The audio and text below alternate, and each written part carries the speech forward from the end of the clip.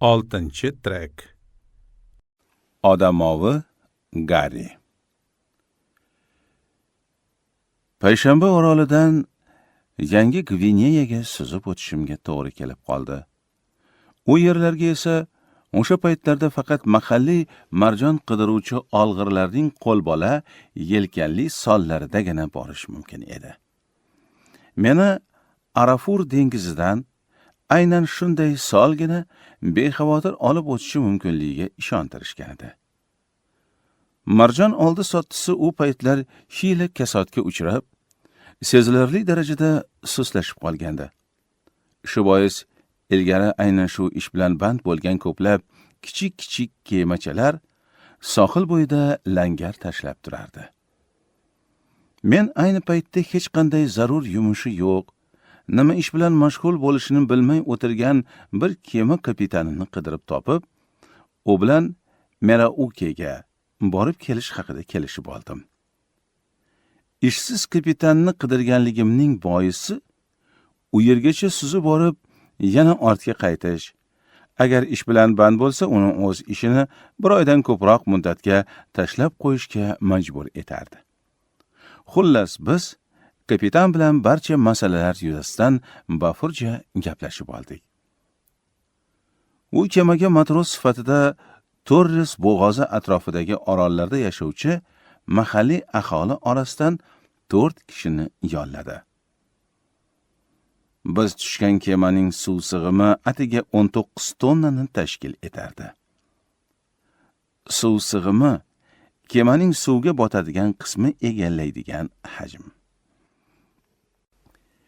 Keyin biz safar oldidan mahalliy do'koncha rastasidagi bor konservalarni sotib olib, uni deyarli ship-shiydam qilib qo'ydik.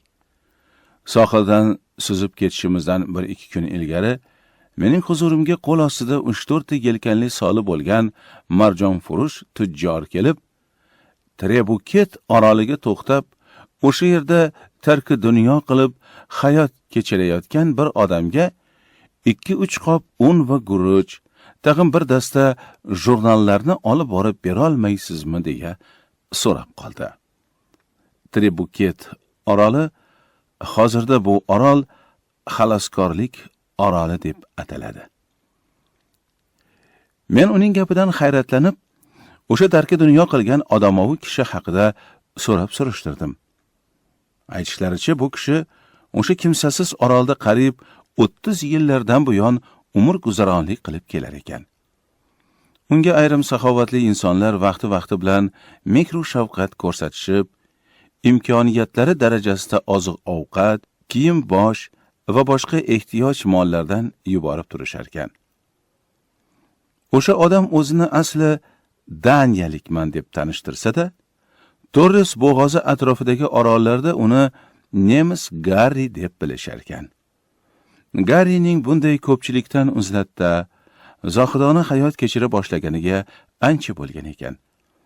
Bundan 30 yillar muqaddam u yelkanli kemada birinchi toifali matros sifatida xizmatda paytida bu yerlardagi chetdan qaraganda sokin, biroq quyi qismida hamisha portana-yu girdoblar jo'sh uradigan xavfli dengiz suvlarida ularning kemasi halokatga uchrabdi.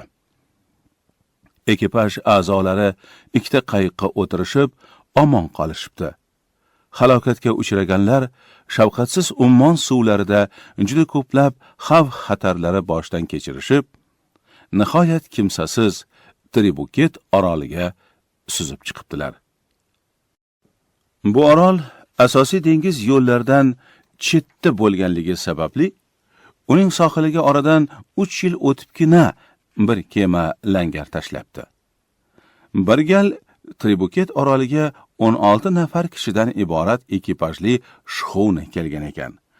Shxuna kichikroq yelkanli kema.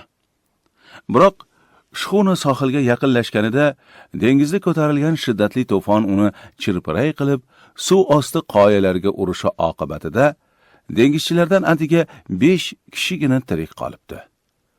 Dengizdagi bo'ron tingach, shxuna kapitani kema bortiga orolda istiqomat qilayotganlardan 4 nafarini olib, ularni Sidneyga eltib qo'yibdi. odamovi nemis Garri esa nimagadir ular bilan ketishni istamabdi va buning sababini men so'nggi 3 yil ichida odamzod bir-biriga yetkazishi mumkin bo'lgan shu qadar ko'p balo ofatlarga guvoh bo'ldimki, endi men uchun bu dunyoda odamzoddan qo'rqinchliroq va xavfliroq jonzot qolmadi. Shu sababli endi ular orasida sirayam yashashni istamayman deya izohlabdi. Dar haqiqat uning bu qarori qat'iy ekan chog'i, u Xudoning ham nazardan chetda qolib ketgan mana shu ovloq va xilvat joylarda yolg'iz yashay boshlabdi. Hatto keyinchalik ham bir necha bor bu yerlarni tark etish imkoniyati tug'ilsa-da, Qaysar Garri o'z qaroridan qaytmabdi. Ha, u chindan ham juda g'alati odam edi, shekilli. Biroq shunday deyman-u, ammo uning boshiga tushgan ko'rguliklar ham g'aroyiblikda o'zidan qolishmas ekan. Biz birorta kemaning qorasi ko'rinmaydigan kimsasiz Arafur dengizi suvlarda suzib yurarkanmiz, men o'sha odamovi Garrining hayotiga oid yana ko'plab tafsilotlardan voqif bo'ldim. Torres bo'g'ozining tegrasida ko'plab orollar sochilib yotgan bo'lib, biz har kuni tunni o'tkazish maqsadida biror bir orolning shamolga teskari tomondan suzib borib, uning sohiliga langar tashlar edik. So'nggi yillarda Tribuket oroli atrofida yana bir qancha marjonli qumloqlar kashf etilibdi. Ana shu joylarga qatnaydigan marjon izlovchilar kuzgi mavsum chog'ida nemis Garriga risoladagidek hayot kechirishi uchun zarur narsalar, turli gazetalar, bir ikki qop guruch va un, tag'in go'shtli konservalar yetkazib turishar ekan. Garrining velbot turidagi qayiqchasi bo'lib, u uzoq yillar shunda baliq ovlabdi. So'nggi paytlarda qarib quvvatdan qolganigami, o'sha qayiqchani boshqarish ham unga malol kelar. Qayig'i unga besunaqay va og'ir tosdek tuyulib, unga kuchi yetmay qolibdi. Tribuket orolini bamisoli olmos kamardek o'rab turgan qoyalarda ichi to'la qimmatli marjon bo'lgan sadaf chig'anoqlar to'lib toshib yotarkan.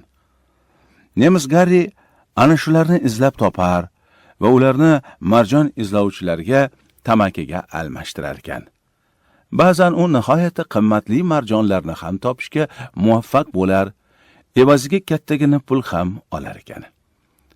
Tag'in odamlarning mish-mishlariga qaraganda, Nemis Garri orolining hech kim bilmaydigan bir joyiga eng qimmatli marjonlardan iborat ulkan xazinasini ham ko'mib qo'ygan emish. Urush yillarida Nemis Garri bu yerlarda birorta tirik jonni uchratmabdi. Hatto bu paytda marjon izlovchilar ham orolga qadam bosishmagan ekan. O'shanda uning nazdida butun insoniyat allaqanday yuqumli epidemiya tufayli qirilib bitgan-u, yer yuzida uning birgina o'zi yolg'iz qolgandek tuyulgan ekan. O'shanda Garri bechora gugurtsiz qolib, o'zi yoqib olgan gulxanidagi olov o'chib qolishdan hadikda, kechayu kunduzi uxlamasdan unga o'tin tashlab chiqarkan. Bora-bora uning oziq-ovqat zaxirasi ham tugabdi. Keyin u baliq ovlab, kokos yong'oqlarini chaqib, shuningdek o'zi ko'paytirib olishga erishgan tovuqlarni bir-bir so'yib yeb kun kechiribdi. Ba'zan esa u dengiz toshbaqalarini ham ovlashga muvaffaq bo'lar ekan. Keyinchalik, aniqrog'i, har yilning so'nggi 4 oyi davomida orolning sohilga yaqin suvlarda yakkam-dukkam marjon izlovchilarning kichik yelkanli kemachalari paydo bo'la boshlabdi. Goh-gohida bu kishilar ishdan keyin orolga tushib, Nemis Garri bilan suhbatlashib, kunlarni kech qilishar ekan. Ba'zan ular Garrini obdon mast qilishib gapga solishar. Shu asnoda uning ichidagi sirlarni bilib olishga, xususan o'shanda falokatga uchragan kemadagilarning boshiga qanday kunlar tushgani-yu, ularning 16 nafardan nega faqat 5 tasigina omon qolgani borasida bilib olishga harakat qilishar ekan. Qiziq-da, axir dastlab ular 16 kishi bo'lishgan, Ammo oradan 3 yil o'tar o'tmas, ulardan atigi 5 tasigina omon qolishsa. Biroq nemis Garri ularga hech qachon hech nima gapirmas edi. U g'irt mast bo'ladimi yoki xushyormi? Bundan qat'iy nazar ushbu masalada lom-mim demas ekan. Agar ham suhbatlari undan har narsani ichikilab so'rashga tushsalar, Garrining astoydil g'azabi kelib, jahl bilan o'tirgan joyidan turib ketar ekan. Oradan 4-5 kun o'tgach, nihoyat biz o'sha odamovi Garrining kamtarona qo'rg'onini ko'rdik. Dengizda ko'tarilgan to'fon tufayli biz uning orolida boshpana topib, 3-4 kuncha qolishga majbur bo'lgandik.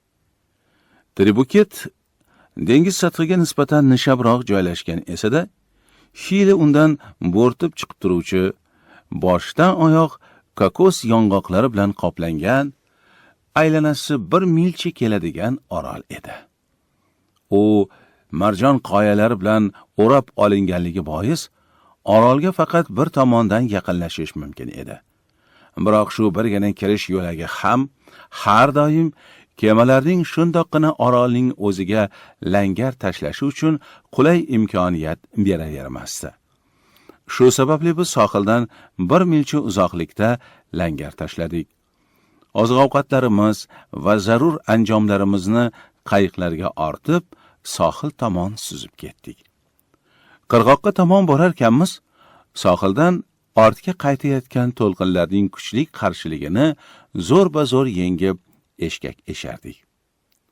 Hatto marjon qoyalari oralig'ida ham dengiz yuzasi notinch edi.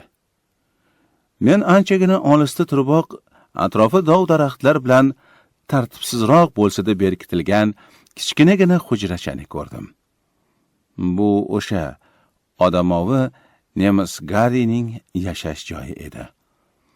Biz qirg'oqqa yetib kelganimizda, uning egasi sohil bo'yiga chiqib, to suvning asov to'lqinlari mavjlanib turgan yergacha asta-sekin qadam tashlab bizlarga peshvoz chiqdi. Biz baland ovozda unga salom berdik. Biroq u bizning hayqiriqlarimizni javobsiz qoldirdi. Bu odamning yoshi 70lardan oshib qolgan, boshidagi sochlari deyarli to'kilib bo'lgandi.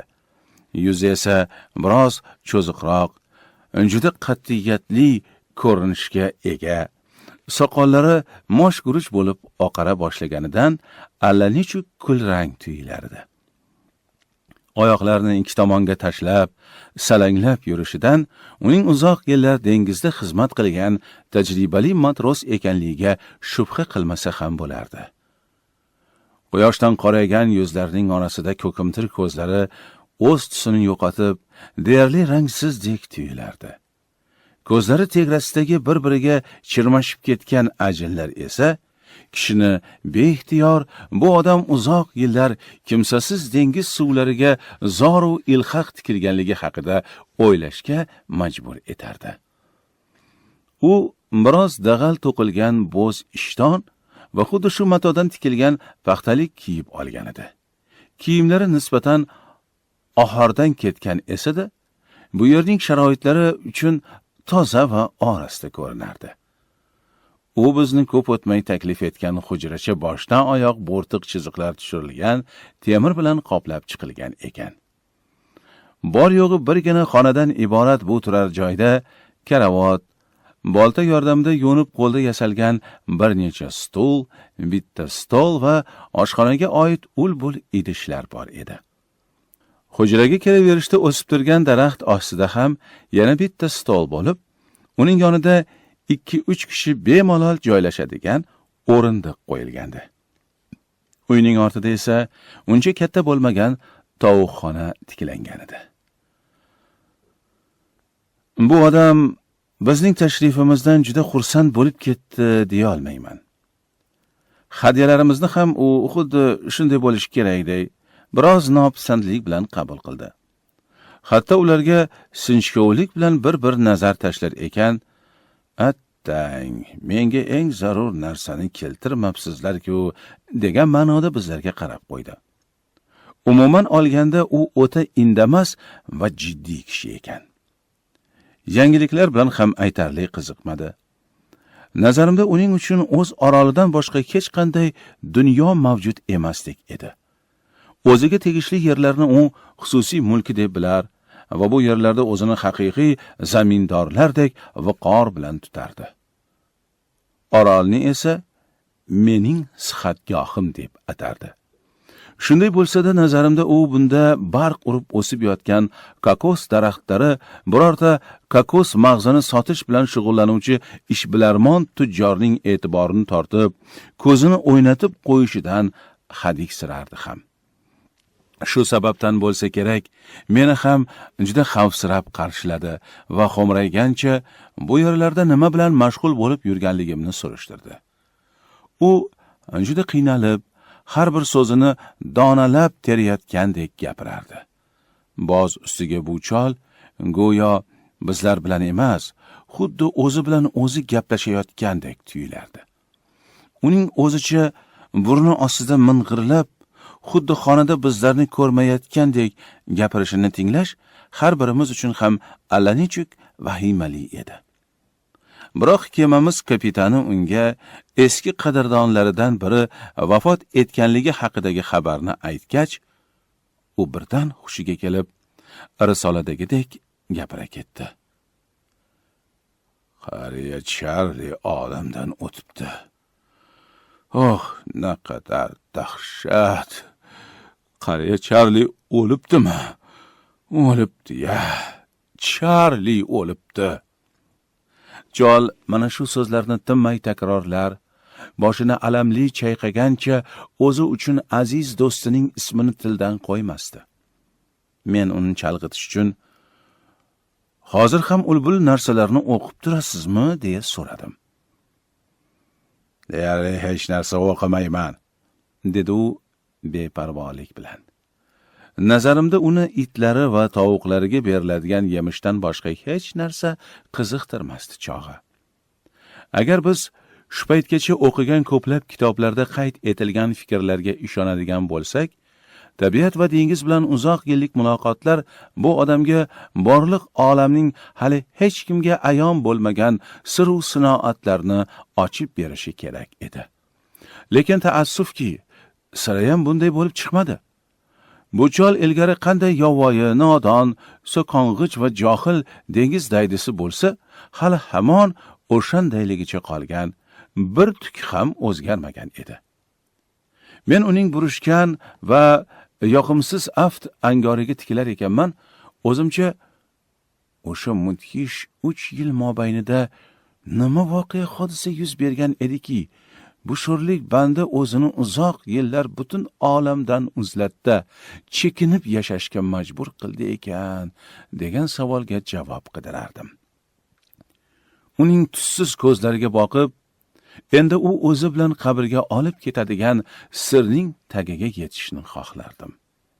Shuningdek, men bu odamovi, xilvatnishin kimsaning hayoti qanday yakun topishi mumkinligi haqida hayol surar, ushbu imtihonni o'zimcha tasavvur ham qilar edim.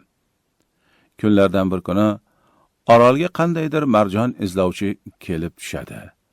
Biroq unga indamas, odamovi va hammaga birdek shubha bilan boquvchi nemis Gari peshvoz chiqmaydi. Shunda o'sha marjon izlovchi ohistagina uning hujrasi tomon yo'l oladi. Hujraga kirib esa tanib bo'lmaydigan darajaga kelib qolgan odam jasadi qoldiqlariga duch keladi. Kim biladi deysiz?